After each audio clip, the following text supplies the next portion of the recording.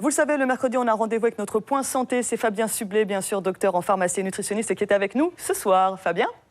Ah, bonsoir Fabien, qu'est-ce qui se passe? Bonsoir, Margot, ça va? Bah oui, ça va, vous vous réveillez ou vous partez à la guerre là? Je ne me réveille pas, mais je m'essaie de me protéger, je suis asthmatique et là je viens de passer mon voisin qui fait du feu chez lui.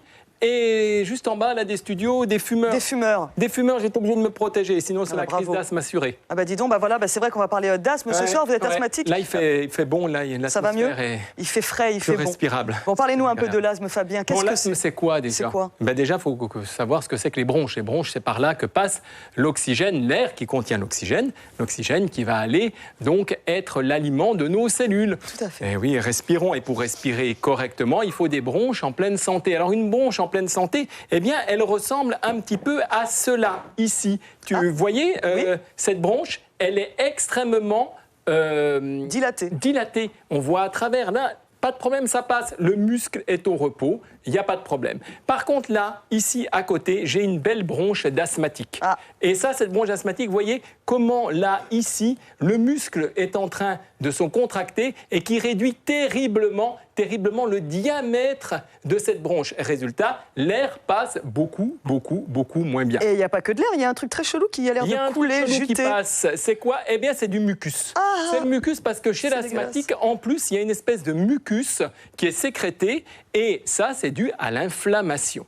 Donc, l'inflammation de la bronche, ça donne quoi? Ça va donner une contraction des muscles, contraction de la bronche, donc eh bien, moins de passage. Et en plus, cette sécrétion de ce mucus très gluant qui va encore réduire le passage de l'air. Et si tout ça se réduit de façon considérable, eh bien, à ce moment-là, il n'y a plus de respiration possible. Là, c'est la crise totale où là, il y a vraiment un risque vital parce que l'asthme tue. On peut mourir de l'asthme. On peut mourir de l'asthme, et ça, il faut le savoir. Un asthme qui est mal traité, eh bien, peut tuer. Alors, les asthmatiques, on leur explique les grands signes qu'il faut avoir pour que dès qu'ils ont des signes particuliers, comme les lèvres bleues ou autres, ils ont de la crise importante, là, c'est tout de suite le 15 médicalisé pour les transporter. Mais avant ça, eh bien, dès le plus jeune âge, il faut essayer de dépister les asthmes. Et souvent, ces asthmes, ce sont chez des personnes qui sont allergiques, dans des familles d'allergiques, ou alors qui sont allergiques lorsqu'ils sont enfants.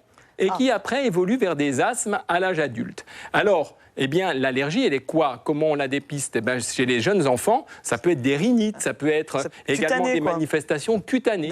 Alors, ces allergies, elles se transforment en asthme, et là, c'est une catastrophe. Donc, il faut traiter très tôt, le plus tôt possible, avec un traitement dit de fond pour éviter que les crises apparaissent, et un traitement de la crise. Mais aussi, il faut prévenir. C'est ça qui nous intéresse. Prévenir l'asthme, bon, c'est pas forcément mettre un masque à gaz. Oui, surtout s'il n'est pas propre. Surtout s'il n'est pas propre. Mais c'est surtout se tenir à distance des fumées et éviter tout type de fumée. Et on sait qu'il y a encore de nombreux feux, notamment en Guyane. Par exemple, on fait des feux pour brûler ses déchets. On fait des feux pour le boucanage. On fait des feux lorsque l'on fume. Et ça, c'est dramatique. Mais alors, question, Fabien, est-ce que du coup, si jamais on est fumeur, on peut devenir asthmatique? On peut toujours devenir asthmatique par rapport, par exemple, à un épisode viral. On peut avoir une évolution vers des asthmes ou des choses qui ressemblent à des asthmes. Donc, il y aura nécessité, bien sûr, de consulter. Et puis, bien sûr, ces asthmes, ils sont souvent, donc ils se manifestent suite à l'envahissement par des petites bêtes qu'on appelle des acariens. Mais oui. Mais les acariens, il y en a partout. Surtout en Guyane, on en a énormément. Et il y en a principalement là où on vit. Parce que les acariens, ils se nourrissent de toutes nos petites, par exemple, les petites squames, de la peau, voilà, les petites peaux mortes. Les sécrétions, tout ça. Les petites sécrétions. Donc, ils se trouvent principalement, par exemple, ils vont se trouver dans quoi? Dans votre lit ou sur votre oreiller. Les sous-vêtements aussi, alors, du coup? Pardon? Les sous-vêtements aussi, alors? Les sous-vêtements, partout. Et principalement, le lit, l'oreiller. Parce qu'on dort, on est proche, donc il faut faire attention à veiller à avoir une literie et des oreillers qui sont recouverts de ce qu'on appelle des housses anti-acariens. C'est-à-dire que les acariens, on peut toujours les tuer. Vous savez, il y a des bombes qui existent, mais ce n'est pas très efficace. Je vais vous demander parce que l'acarien, même mort, il peut créer des allergies. Donc, il faudrait aspirer consciencieusement, déjà c'est une bonne chose, mais même mort, eh bien l'acarien faut vous donner une allergie. Donc, même s'il est mort sur votre oreiller, eh bien on va remplacer la tête d'oreiller classique dessous cette tête d'oreiller classique, on va mettre ce qu'on appelle des housses anti-acariens. Quelles sont leurs particularités en pharmacie, vous pouvez les retrouver dans les magasins de matériel médical, mais il faut des housses agréées. Parce qu'on retrouve dans le reste des commerces des housses qui ne sont absolument pas agréées et qui, par leur tissage, vont laisser passer ces acariens.